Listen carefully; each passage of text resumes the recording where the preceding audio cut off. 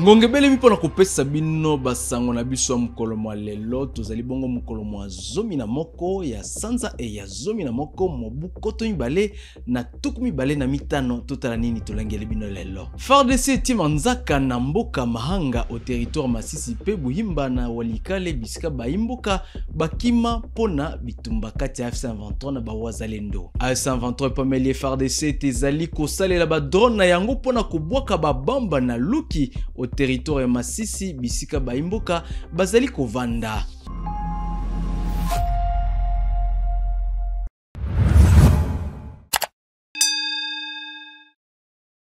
Mbote na bino banso. FARDC etima nzaka na mboka Mahanga au territoire ya Masisi mpe Buhimba na Walikale bisika baimboka bakima pona bitumba kati ya FARDC na F123 tolanda bulai bwa sango eye. Les forces armées de la République démocratique du Congo et FARDC ont établi de nouvelles positions dans le centre de Mahanga dans la localité Bouchike, groupement Nyamaboko 1 en territoire de Masisi. Ce village est déserté depuis avril 2025 suite aux affrontements entre le milicien Wazalendo et la 123. Parallèlement, des troupes venues de Kimwa et Ntoto se sont déployées dans le village de Buhimba dans le groupement Waloa Nyungu, territoire de Walikale. Ce village, lui aussi, avait été abandonné par ses habitants depuis mai dernier. Les positions avancées de Wazalendo restent à Kibanda, à l'entrée de Mahanga, tandis que la 123 maintient le contrôle des Kasopo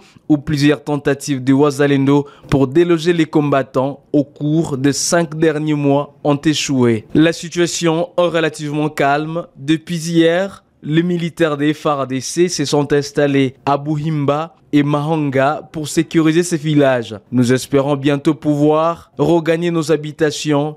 Pour l'instant, nous restons dans la brousse. Nous devons nous rendre à Kangati pour permettre aux enfants de continuer leurs études car ils n'ont pas accès aux écoles de Buhimba et Mahanga, aujourd'hui désertées, confie un habitant local sous anonymat. Malgré l'absence d'affrontements récents dans cette zone, la situation humanitaire reste critique. Des milliers de civils réfugiés dans la brousse, notamment à Moussogné, n'ont pas pu bénéficier d'une assistance humanitaire depuis avril. Sur l'axe Kasopo-Mahanga-Buhimba, le calme prévaut depuis plus d'un mois, chaque camp maintenant ses positions. En revanche, sur les axes Kazinga, Kachinge, Ndete et Bourora, les affrontements entre les Wazalendo et les combattants de la S123 se sont poursuivis tout au long de la semaine dernière jusqu'au lundi 10 novembre 2025, maintenant la tension dans la région. Atako Doha ezwaki mokano mobotele misibitumba babundi ba 123 na ba Wazalendo bandongo na kilisusu mpe bazali ko funda na bango na bango kobuka mokano mona bolaibwa sango ena Jospin Hangi. Malgré le cessez-le-feu imposé par le processus de Doha pour désescalader le conflit dans l'est de la RDC, les affrontements entre la F123 et les forces armées de la RDC se poursuivent sur le terrain. Après quelques jours d'accalmie, les hostilités ont repris dans plusieurs zones. Dans un communiqué publié mardi 11 novembre 2025, la F123 a dénoncé avec la plus grande fermeté les attaques incessantes par des drones menées par les forces coalisées du régime de Kinshasa, précisant que ces opérations ont visé des civils à Luki, dans le territoire de Masisi.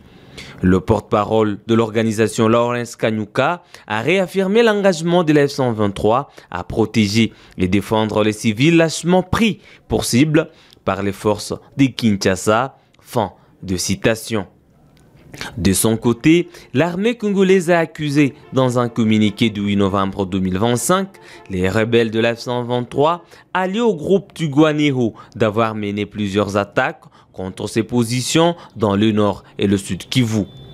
Selon le général Sylvain Ekenge, porte-parole des FARDC, ces offensives interviennent en dépit des engagements des cessations des hostilités imposées par la communauté internationale, notamment les États-Unis et le Qatar. L'armée affirme avoir pris toutes les mesures nécessaires pour contrer ces provocations. Le 8 novembre, le coordonnateur adjoint de la F123, Bertrand Bissimois, depuis Doha, avait indiqué que les négociations progressaient favorablement pour le retour de la paix. Fructueuse semaine de travail avec le ministre qatari des Affaires étrangères. La paix se construit à Doha. Pour nos populations, bientôt le silence des armes, le bruit des houes dans nos champs et des véhicules traversant nos villages pour rapatrier nos réfugiés et approvisionner nos villes. Fin de citation. Le même jour, le président Félix Tshisekedi s'adressait à la diaspora congolaise au Brésil. L'accord de paix sera bientôt signé à Washington. La Maison-Blanche nous enverra prochainement des invitations pour la signature de l'accord, avait dit Félix Tshisekedi.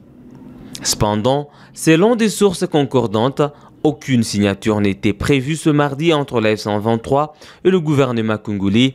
La délégation de Kinshasa n'ayant pas encore rejoint Doha.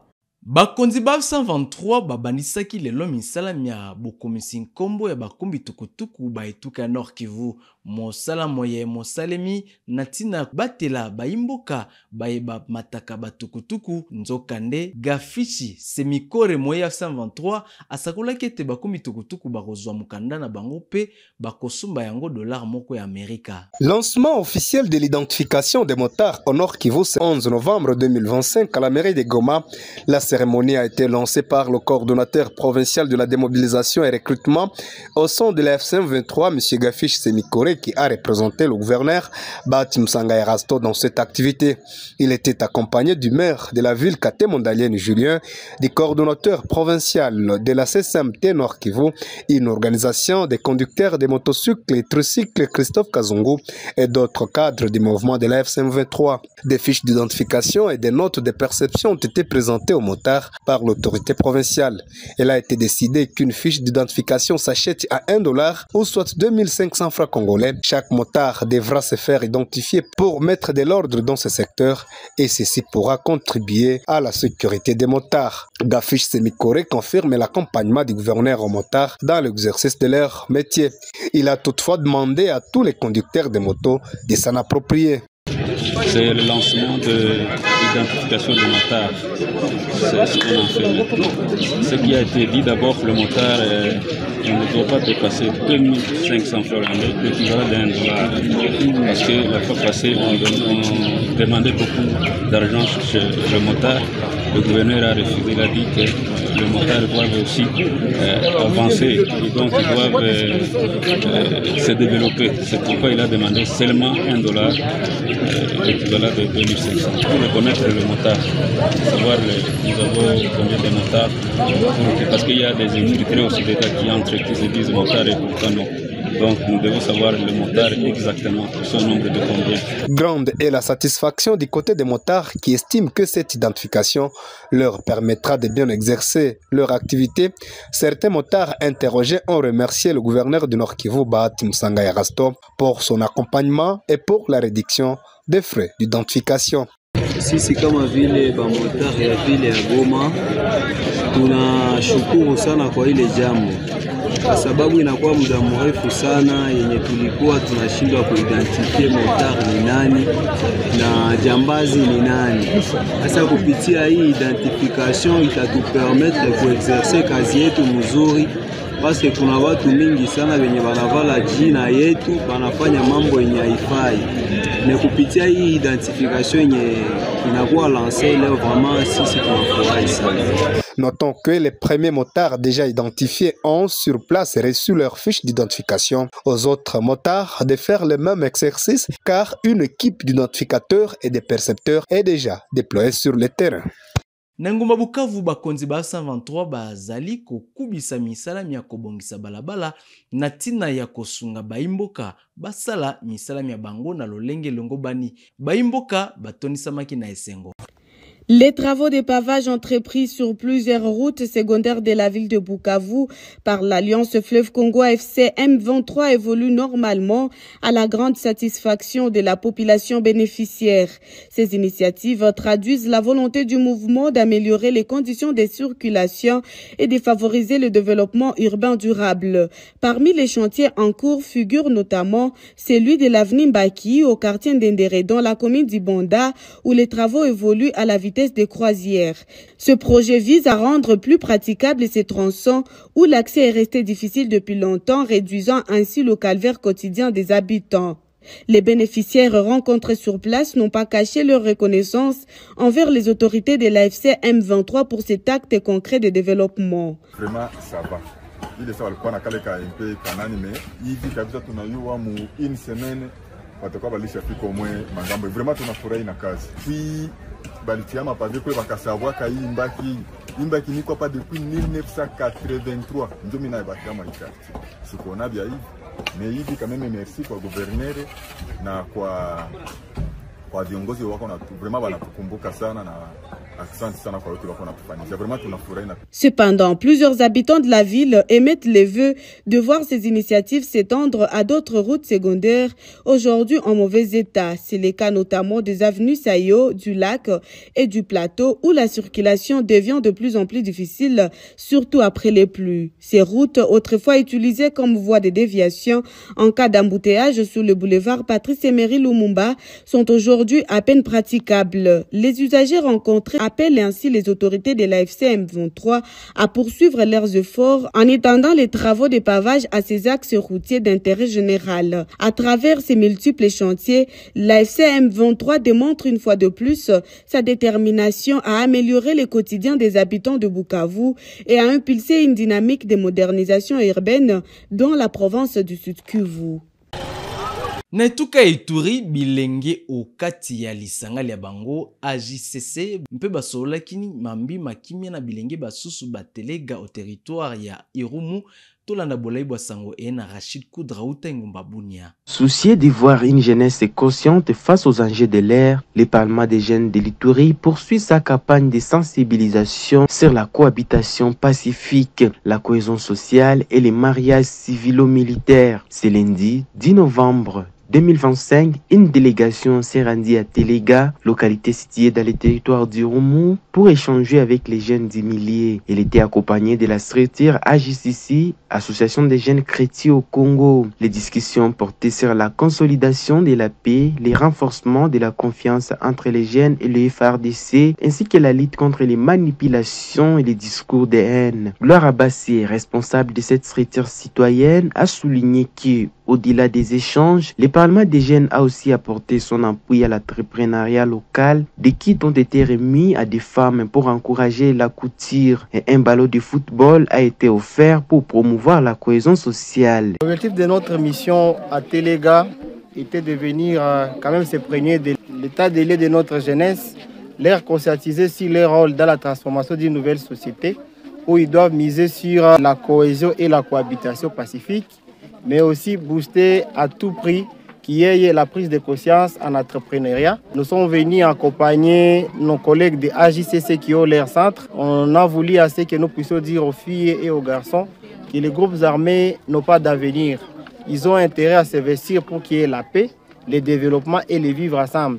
Il faut également essayer de parler sur la question de la relation civilo-militaire où ils doivent être avec l'armée et la police. S'il y a un cas qu'on ne puisse pas généraliser, ici, on a remis aux jeunes les ballons. C'est dans le cadre de signifier que nous avons intérêt à cohabiter et à rester ensemble. Également aux femmes, bien que c'est minime, on a voulu juste donner d'abord quelques matériels pour le fonctionnement du centre. Cette action a été saluée par Moïse Kanyabo, chef du groupement Telega, qui a appelé les jeunes à ne pas céder aux alliances avec les semeurs de troubles, afin de préserver la calmie progressivement retrouvée grâce aux efforts des forces armées. Mina félicité kazi yenu kupitia ile projet yenye munakuwa nayo, munakia kuleta mkono na ba mama ya Telega na ba jene. Hivi baendeleshe ile kuyua kushona manguo.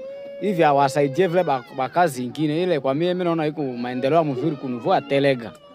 Mimi nashukuru kusema ke tunaongea tunaikala bila fujo. Ile ya mingi mimi si fujo bakiana basikue naye. Inakuwaka kama makiana ingine wanatumizia ile mapombe ya makali makali. Fa ba fujo kwa masadre. Mimi napenda ba jene yangu mwingine baikale kimya.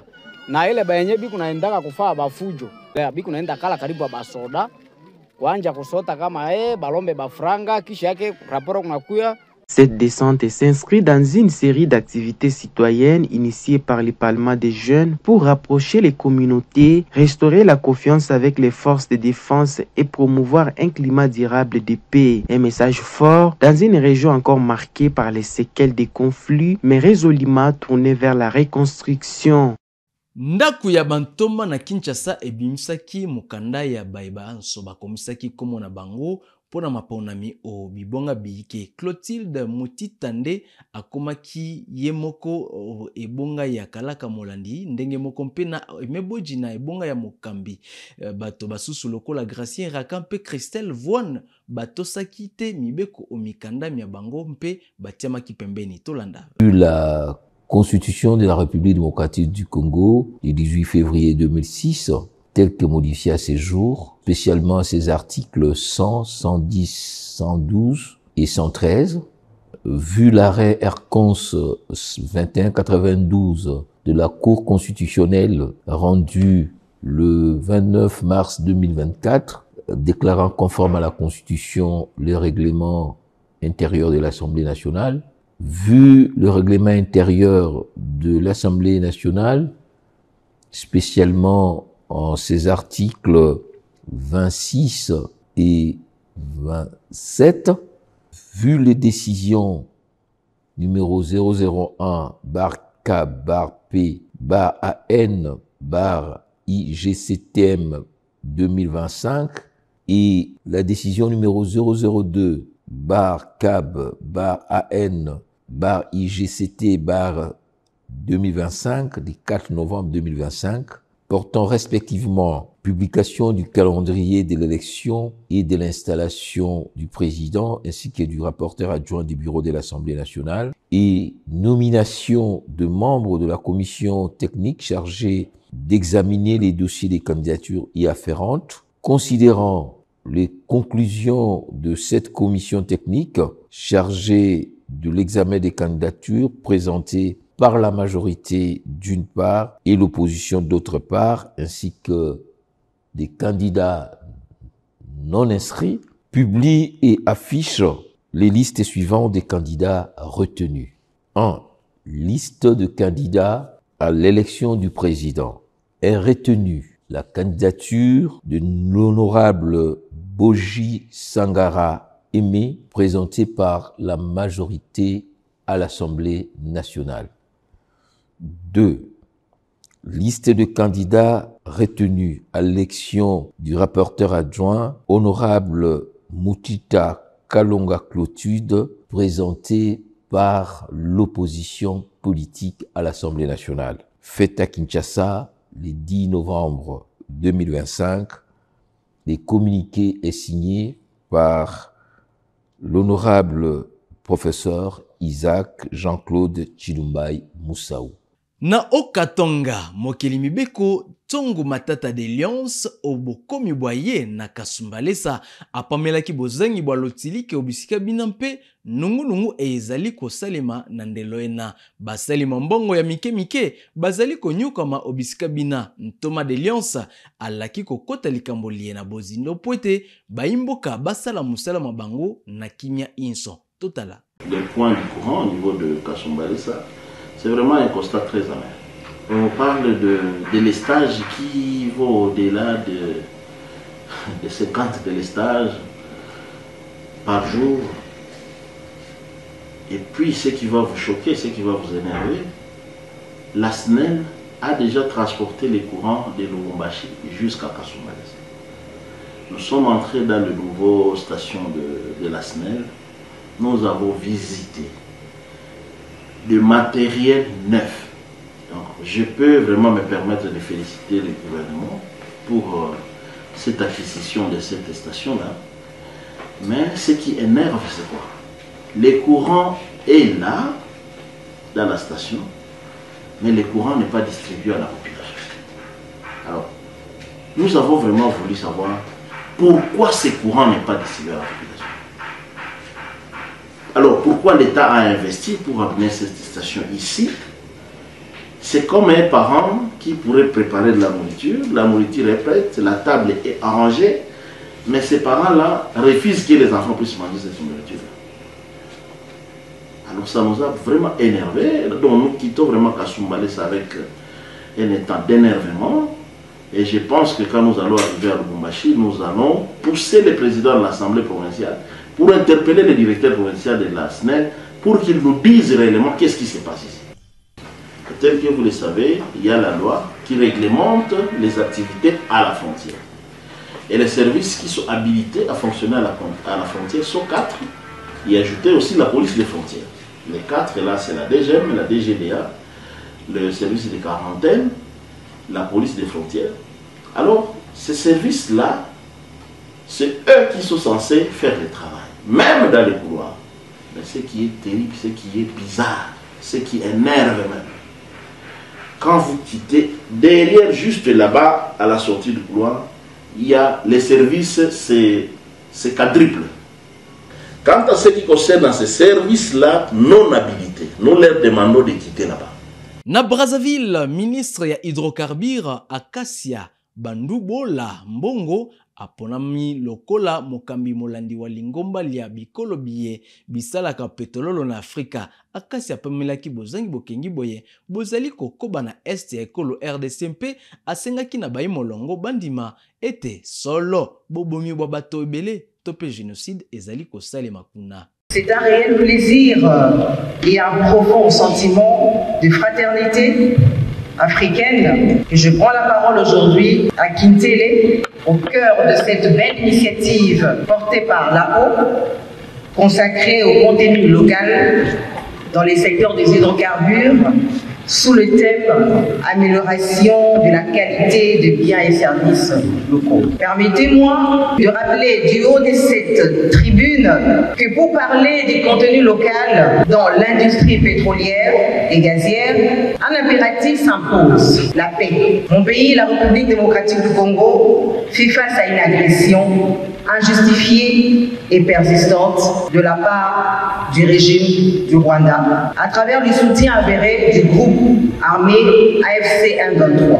Cette agression constitue une violation flagrante de la souveraineté nationale, des principes de la Charte des Nations Unies et des engagements régionaux en matière de la paix et de la sécurité. À la suite de cette agression militaire, des milliers de Congolais sont tués, déplacés, privés de leurs droits fondamentaux dans l'indifférence de certains acteurs internationaux. Ce drame humain touche femmes, enfants et communautés entières, exige une réponse forte, coordonnée et solidaire de l'Afrique.